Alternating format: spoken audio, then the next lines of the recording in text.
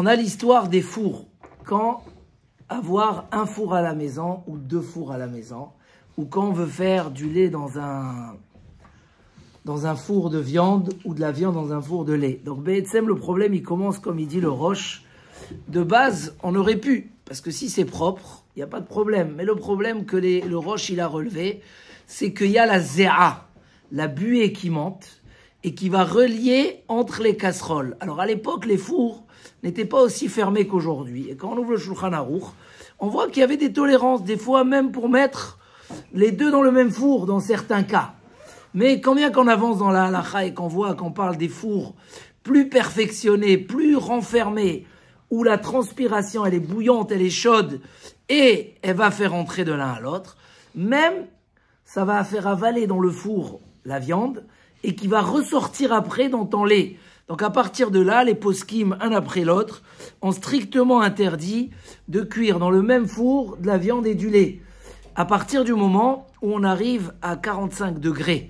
Si on est 45 degrés, ou bien que la buée elle est 45 degrés, ou bien que même si la buée elle est moins chaude, mais la casserole qui reçoit la buée, elle est bouillante, donc la buée elle arrive là-bas, elle chauffe, et c'est une buée qui sort d'un aliment de viande ou de lait, c'est assourd.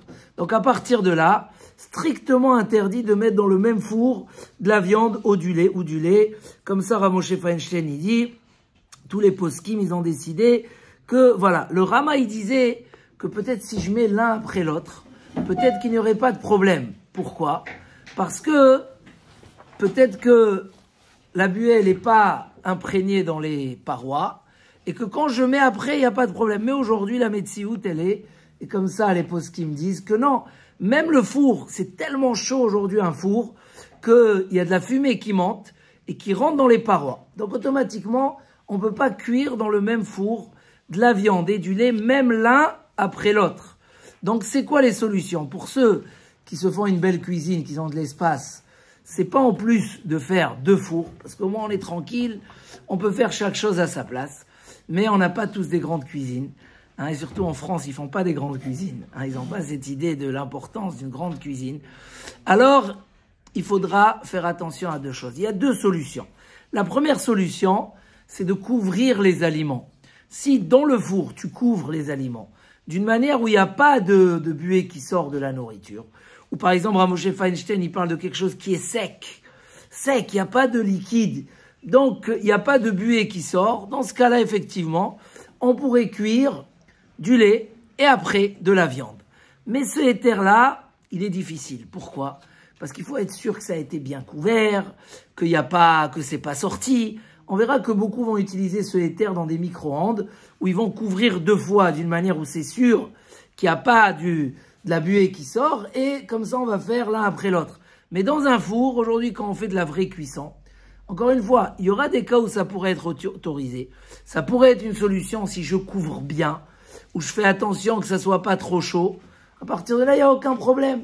Quelqu'un qui veut juste que ça soit pas froid, il veut dégeler quelque chose, et il n'y aura pas de problème. Mais c'est un éther qui est délicat. Donc c'est quoi le éther qu'on va utiliser aujourd'hui? C'est 4 conditions. Et ils sont ramenés dans tous les poskim. Il y a ici Al-Kout Yosef aussi qui en parle. C'est d'abord attendre 24 heures d'une cuisson à une autre cuisson. Deuxième chose, nettoyer que dans le four, il ne reste pas de graisse ou des choses qui ont coulé. Troisième chose, c'est chauffer le four la plus haute chaleur, 20 minutes. Il y a qui pensent qu'il faut d'Afka pyrolyse, mais c'est faux. Il suffit de chauffer le four 20 minutes très très chaud. Il y a qui veulent 1 heure, mais voilà, 20 minutes, une demi-heure très très chaud. Quatrième condition, c'est ne pas utiliser les mêmes plaques, les mêmes tôles. Donc, on a des tôles de lait, des tôles de viande, où on utilise les tôles en aluminium, etc. Bédia Avad, on pourrait autoriser même moins que 24 heures. Ça veut dire que Bédia Avad, si tu peux pas, mamache, la femme, elle a préparé, elle a fait la viande pour Shabbat, maintenant elle veut faire un gâteau au fromage pour le kidouche. Avant, qu'est-ce qu'on fait? On pourrait utiliser, faire attention, encore une fois, nettoyer qu'il n'y ait pas des restes, bien, enlever les tôles, chauffer 20 ou 30 minutes très chaud, et comme ça, on peut passer de l'un à l'autre. C'est valable aussi quand on va dans des Airbnb ou des vacances et on veut utiliser le four. Le même principe, un bon nettoyage. On n'utilise pas les tôles, on chauffe 20 minutes bien, on se rassure qu'il y a 24 heures qui sont passées, mais encore une fois, Bedi Avad, si on ne peut pas attendre les 24 heures, Bedi Avad, c'est bon. Donc voilà la solution pour faire attention et de passer de l'un à l'autre. Hazak ou Baruch.